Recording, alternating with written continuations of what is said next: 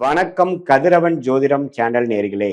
நான் உங்கள் அன்பான சயின்டிபிக் வேதிக் அஸ்ட்ராலஜர் அஸ்ட்ரோ அரஞ்சி பேசுகிறேன். நல்லது நினைப்போம், நல்லதே நடக்கும். இந்த வீடியோவில் நம்ம என்ன பார்க்க போறோம்னா, மீன ராசிக்காரர்களுக்கு செப்டம்பர் 2026 எத்தகைய ஒரு மாதமாக இருக்க போகுதுங்கிறத நம்ம சயின்டிபிக் வேதிக் அஸ்ட்ராலஜி முறையில எதையும் மிகைப்படுத்தாமல், பரிகாரங்கள் அது மாதிரி மூட நம்பிக்கைகளை போகாமல், உள்ளது உள்ளவாறு இந்திய வேத ஜோதிட அடிப்படையிலான இந்த ஒளி தத்துவம் சயின்டிபிக் வேதிக் அஸ்ட்ராலஜி முறை எது மாதிரி அமைப்பு கொடுக்குது, அந்த டிகிரி அடிப்படையில் ஒரு கிரகமும் ஒரு ராசிக்கு அந்தந்த இடத்துல இருந்து சஞ்சரிக்கும் பொழுது எது மாதிரி ஒரு தாக்கத்தை கொடுக்க போகுதுங்கிறத நம்ம துல்லியமாக பார்க்க போறோம். இப்ப பாருங்க, ஜென்மசனியால் பாதிக்கப்பட்டு அவதிப்பட்டு கொண்டிருக்கக்கூடிய மீனராசிக்காரர்களுக்கு குருவின் பார்வை ஒரு நிவர்த்தியை கொடுத்து அது ஒரு சுபத்துவமான ஒரு நல்ல ஒரு மீனராசி ஜென்மசனியாக இருக்குதுங்க. கடந்த ஃபர்ஸ்ட் ஆஃப் அஃபெக்ட் பண்ணுறதோட இப்போ ஒரு 3 மாதமாக சில முடிவுகளை எடுத்து நீங்கள் கொஞ்சம் எல்லாமே கொஞ்சம் கண்ட்ரோலுக்கு கொண்டு வர ட்ரை பண்ணுறீங்கிறதா உண்மை.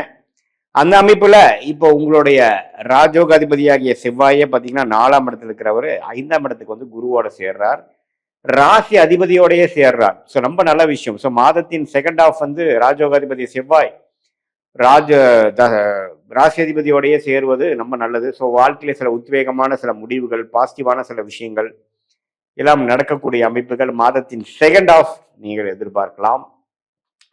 அதே மாதிரி 6ஆம் இடத்துல புதன் சூரியன் இருந்து மாதத்தின் செகண்ட் ஆஃப்ல 7ஆம் இடத்துக்கு போவது அருமை. அதே மாதிரி சுக்கிரன் 8ஆம் இடத்திலே நீடித்திருக்கிறார். 8ஆம் இடத்துல நீடித்திருக்கும் பொழுது என்ன, கொஞ்சம் உடம்பு சம்பந்தப்பட்ட விஷயங்கள், தூக்கம் பிரச்சனைகள், சில பெண்கள் சம்பந்தப்பட்ட விஷயங்கள், ஷேர் மார்க்கெட் அது மாதிரி விஷயத்துல கொஞ்சம் கேர்ஃபுல்லா இருக்கணும். கொஞ்சம் யார் மூலமா வர வேண்டிய பணம் கொஞ்சம் நல்லா வர்ற மாதிரியும், கொஞ்சம் கூட்டு தொழில், இம்போர்ட் எக்ஸ்போர்ட், வெளிநாடு தொடர்புகள், வெளி மாநிலம் அதெல்லாம் கொஞ்சம் பாசிட்டிவா வரக்கூடிய அமைப்புகள் இருக்கு. பெண்கள் விஷயத்துல மட்டும் கொஞ்சம் கேர்ஃபுல்லா இருக்கக்கூடிய அமைப்புகள் இருக்கு. ஏன்னா சுக்கிரன் 8ல மறைந்திருக்கிறார், அதே சமயத்தில் செவ்வாயின் பார்வையும் பெறுகிறார். ஸோ மற்றபடி உடம்பு உபாதைகளை தவிர மற்ற பாசிட்டிவான சில விஷயங்கள்லாம் நிறைய நம்ம எதிர்பார்க்கலாம். அதே சமயத்துல ராகு 12ஆம் இடத்திலும், கேது 6ஆம் இடத்திலும், சனி ராசிக்குள்ளேயும், குரு 5ஆம் இடத்திலும் இருக்கிறது எல்லாமே ஓரளவுக்கு பாசிட்டிவ் தான். ஸோ வெளி மாநிலம் வெளிநாடு போகணும்னு நினைக்கிறவங்களுக்கு ரொம்ப பாசிட்டிவான விஷயங்கள், சுப விரயங்கள், செலவுகள் அதிகமாக இருந்தாலும் வருமானங்களும் இருக்கும். அதே மாதிரி இந்த மாதத்தின் செகண்ட் ஆஃப் மாதிரியே சொன்ன மாதிரி கொஞ்சம் பாசிட்டிவான சில விஷயங்கள் பண்ணி வீடு, வண்டி, வாகனம், கடன் அடைத்தல், உடல்நல கோளாறுகளை செஞ்சுக்கிறது, சில முடிவெடுக்க முடியாத சில விஷயங்கள், சில கான்ட்ராக்ட், சில அசோசியேஷன்லாம் பாசிட்டிவாக வருவது, அது மாதிரி சில பாசிட்டிவான விஷயங்கள்லாம் நமக்கு உண்டு.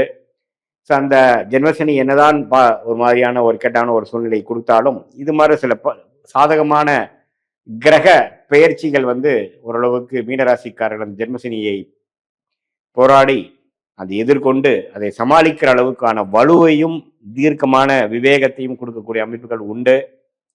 ஸோ அதனால மிகவும் தவறான ஒரு அமைப்புகள்லாம் இல்லை. போக போக ஜென்மசனி தாக்கங்கள்லாம் கொஞ்சம் கம்மியாயிட்டு தான் வரப்போகும். ஏன்னா குருவின் பார்வை அதிகமாகறனால. அதே மாதிரி இப்போ ராசி அதிபதியை உச்சம் பெற்றிருக்கிறதுனால ஓரளவுக்கு எல்லாத்தையும் சமாளிச்சுக்கலாம்.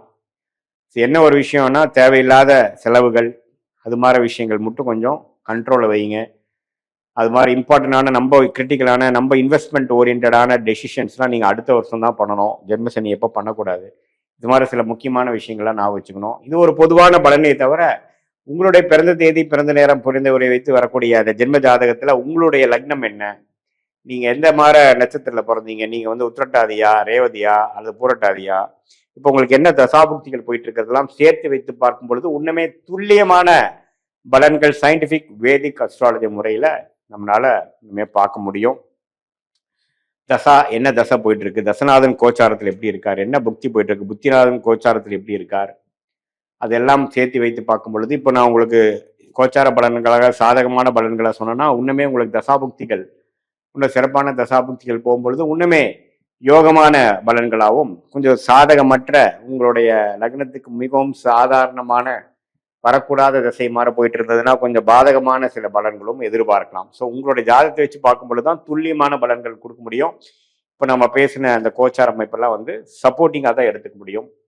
ஸோ எது மாதிரி நம்ம தெரிஞ்சுக்கலாம்னா, நமக்கு அடுத்து வரக்கூடிய அமைப்புகள் எப்படி இருக்கு, நம்மளுடைய வேலை வாய்ப்பு, தொழில், அரசு உத்தியோகமா, கார்பரேட் லைஃபா, வெளிநாடா, எது மாதிரி விஷயங்கள், எந்த துறையில நம்ம போகலாம், அது மாதிரி சில விஷயங்கள் எல்லாமே நம்ம வந்து ஒன்றுக்கொன்று நம்ம சரி செய்து பார்த்துக்கக்கூடிய அமைப்புகள் கண்டிப்பாக உண்டு. அதே மாதிரி இல்லற வாழ்க்கை, குழந்தை விஷயங்கள், கல்யாணம், காதல், அதே மாதிரி ஹெல்த்து, கடன் அடைதல், இது மாதிரி ரொம்ப இக்கட்டான ஒரு சில விஷயங்கள்லாம் வாழ்க்கையில் எது மாதிரி அமைப்புகள் நம்ம பேட்டர்னில் இருக்குது, நம்ம தசாபுக்திகள் எப்படி இருக்குது, நம்ம ஜாதகத்தில் இந்த 6ஆம் இடம் 8ஆம் இடம்லாம் எப்படி இருக்குது, எது மாதிரி டைமில் எல்லாமே சரியாகும், எதை நம்ம எதிர்பார்க்கலாம், எப்படி நமக்கு கிரகங்கள் காய் நகர்த்துகிறது அப்படிங்கிறத நம்மளுடைய டைம் லைன்ஸை தெரிந்து கொண்டே ஆனால் நம்மளுடைய திட்டங்களையும் நம்மளுடைய செயல்பாடுகளையும் அதுக்கு தகுந்த மாதிரி நம்ம அலைன் பண்ணுவது மிகவும் நல்லது. ஸோ அது மூலமாக தேவையற்ற பண விரயங்கள், தேவையற்ற சமய விரயங்கள், இது எல்லாத்தையும் கொஞ்சம் தவிர்த்து வாழ்க்கையில் அடுத்தடுத்தபடியாக நம்ம முன்னேறும் பொழுது வாழ்க்கையில் தேவையற்றமான ஒரு விஷயங்கள் எது மாதிரி ஒரு அமைப்புகள் வந்து நமக்கு உகந்ததாக இருக்கு, எதை வந்தால் தவிர்க்கலாம்.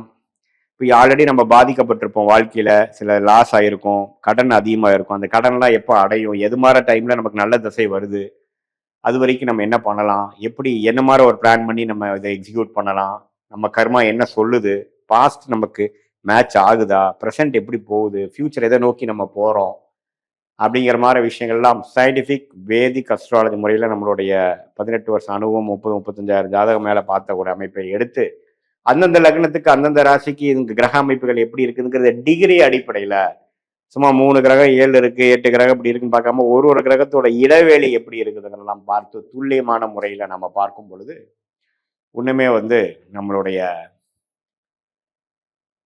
ப்ரிடிக்ஷன்ஸ்லாம் இன்னும் கொஞ்சம் அக்யூரேட்டாக எடுத்து அதுக்கு தகுந்த மாதிரி வாழ்க்கை முடிவுகளை நம்ம எடுக்கும் பொழுது தேவையற்ற பண விரயங்கள், தேவையற்ற சமய விரயங்கள், இது எல்லாத்தையும் தவிர்த்து நமக்கு என்ன பிராப்தம் இருக்குது, நமக்கு துறை என்ன மாதிரி துறை, நமக்கு எப்போ நம்ம மாறலாம், எப்போ நம்ம இன்வெஸ்ட் பண்ணலாம், எப்போ நம்ம வந்து பலன்கள் நல்லா இருக்கும் அப்படிங்கிற விஷயங்கள் தெரியும் பொழுது அதுக்கு தகுந்த மாதிரி நம்ம ப்ரெசென்ட் பாஸ்ட் எல்லாம் மேட்ச் பண்ணி பார்க்கும் பொழுது அப்படிதான் இருக்குது. அப்படிங்கும் பொழுது நம்ம திட்டங்களை தீட்டி ஷார்ப்பாக ஃப்யூச்சரில் சில தப்பான முடிவுகள் எடுத்து அது மூலமாக சில பாதிப்புகளை பெறாமல் கொஞ்சம் ரியாலிட்டியோட சிங்க் ஆகி நம்ம போகும் பொழுது வாழ்க்கையில் இன்னுமே நம்மளுடைய பிராப்தம் என்ன, நம்மளுடைய பொட்டன்ஷியல் என்னங்கிறதை தெரிந்து அதுவுக்கு நம்ம எவ்வளோ தூரம் மேக்சிமைஸ் பண்ண முடியும் அப்படிங்கிறதை நம்ம ஃபாலோ பண்ணும் பொழுது சயின்டிஃபிக் வேதிக் அஸ்ட்ராலஜி முறையில் நல்ல ஒரு கிளாரிட்டி பெற்று அதுக்கு தகுந்த மாதிரி ஒரு வாழ்க்கை பலன்கள், வாழ்க்கை அமைப்புகளை, அது கல்யாணமாக இருந்தாலும் சரி, வேலையாக இருந்தாலும் சரி, தொழிலாக இருந்தாலும் சரி, நம்மளுடைய எதிர்கால முடிவுகளாக இருந்தாலும் சரி,